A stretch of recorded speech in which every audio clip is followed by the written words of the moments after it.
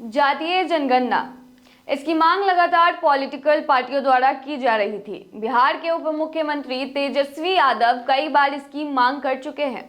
अब चूंकि बिहार में महागठबंधन की सरकार है, तो ऐसे में 7 जनवरी से जातीय जनगणना की शुरुआत हो चुकी है।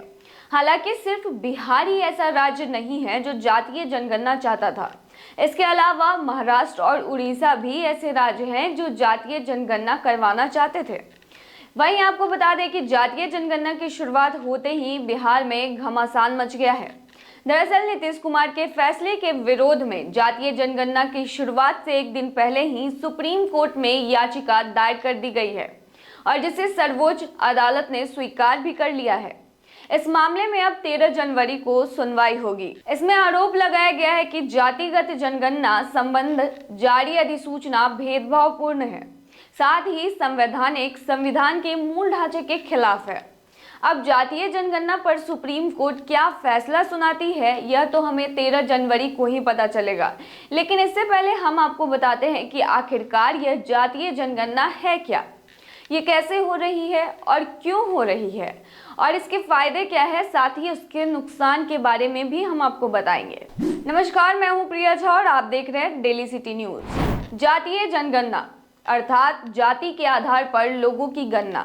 इसमें आपके कास्ट के अनुसार आपकी गिनती की जाएगी। इसके लिए बिहार सरकार 2 चरण में काम करेगी। पहला चरण 7 जनवरी यानी कि शनिवार से शुरू हो चुका है, जिसके बाद दूसरा चरण 1 से 30 अप्रैल तक होगा। इसमें वार्ड के आधार पर गिनती की जाएगी।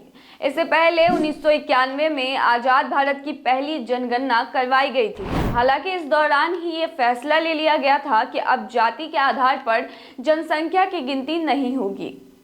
बिहार सरकार जातीय जनगणना के लिए पूरी तरह से तैयार है। तो पहले जान लीजिए कि क्यों हो रही है जातीय जनगणना। दरअसल बिहार में राजनीतिक दलों ने जातीय जनगणना की लंबे समय से मांग कर रखी है। उनका मानना है कि दलित पिछड़ों की सही संख्या मालूम चलेगी और उन्हें उनके अनुसार आगे बढ़ाया जा सकेगा। साथ ही जातीय जनसंख्या के अनुसार ही राज्य में योजनाएं बनाई जाएंगी।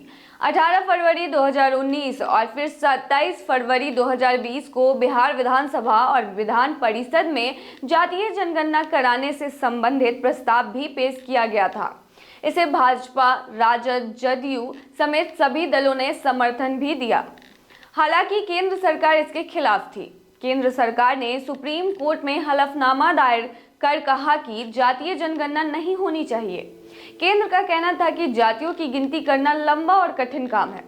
हालांकि इसके बावजूद नीतीश कुमार की सरकार ने जातीय जनगणना कराने का ऐलान कर दिया था।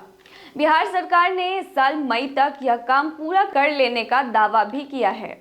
जातीय जनगणना के पूरे प्रोसेस में लगभग 500 करोड़ रुपए की लागत होगी। क्या है जातीय जनगणना का पूरा प्रोसेस, चलिए आपको बताते हैं। दरअसल जातीय जनगणना 2 चरण में संपन्न होगी। पहले चरण में लोगों के घरों की गिनती शुरू की गई है।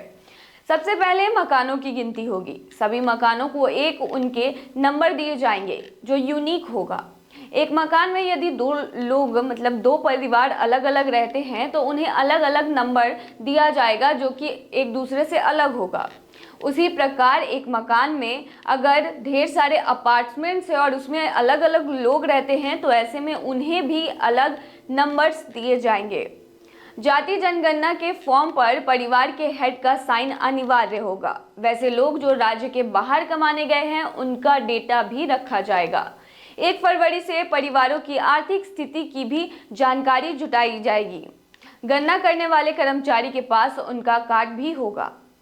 इसमें आपसे कई तरह के सवाल पूछे जाएंगे जिसके आधार पर ये एक रिपोर्ट तैयार होगा। चलिए आपको बताते हैं कि जातीय जनगणना के फायदे क्या क्या हैं।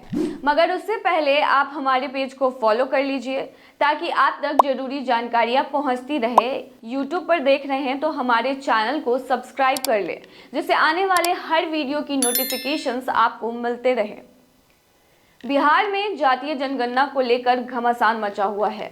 इसको लेकर लगातार सरकार से प्रश्न किए जा रहे हैं, जिसको लेकर बिहार के मुख्यमंत्री नीतीश कुमार ने इससे होने वाले फायदों के बारे में भी बताया है।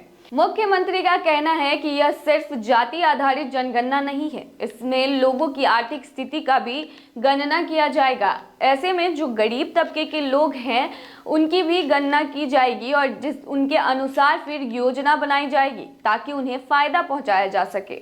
जाति का आंकड़ा पता चलने से पिछड़ी जातियों को आरक्षण का लाभ देकर उन्हें सशक्त बनाया जाएगा।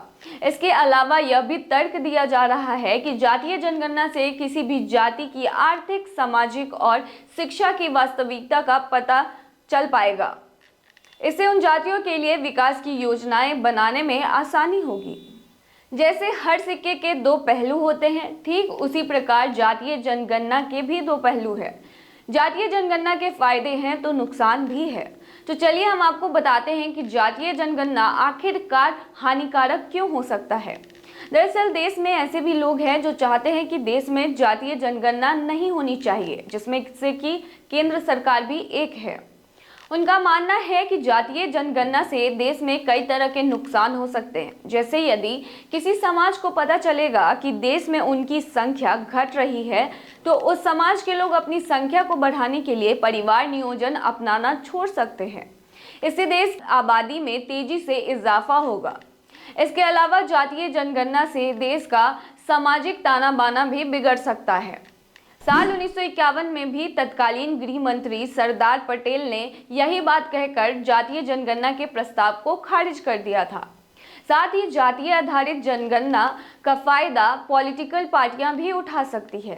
पॉलिटिकल पार्टियां कास्ट की संख्या के अनुसार अपनी रणनीति बनाती है और जाति के बड़े समूह का वोट पाने के लिए अन्य जाति को टारगेट कर विवादित बयान देती है, जिससे समाज का माहौल खराब होता है। आज के वीडियो में बस इतना ही। क्या आपको भी लगता है कि जातीय जनगणना कराकर सरकार सही कर रही है या नहीं? हमें कमेंट सेक्शन में जरूर बताएं। खबर अच्छी लगी हो तो इसे लाइक शेयर करें और हमारे चैनल को सब्सक्राइब करना ना भूलें। और ऐसे ही तमाम खबरों के लिए बने रहिए डेली सिटी न्यूज़ पर।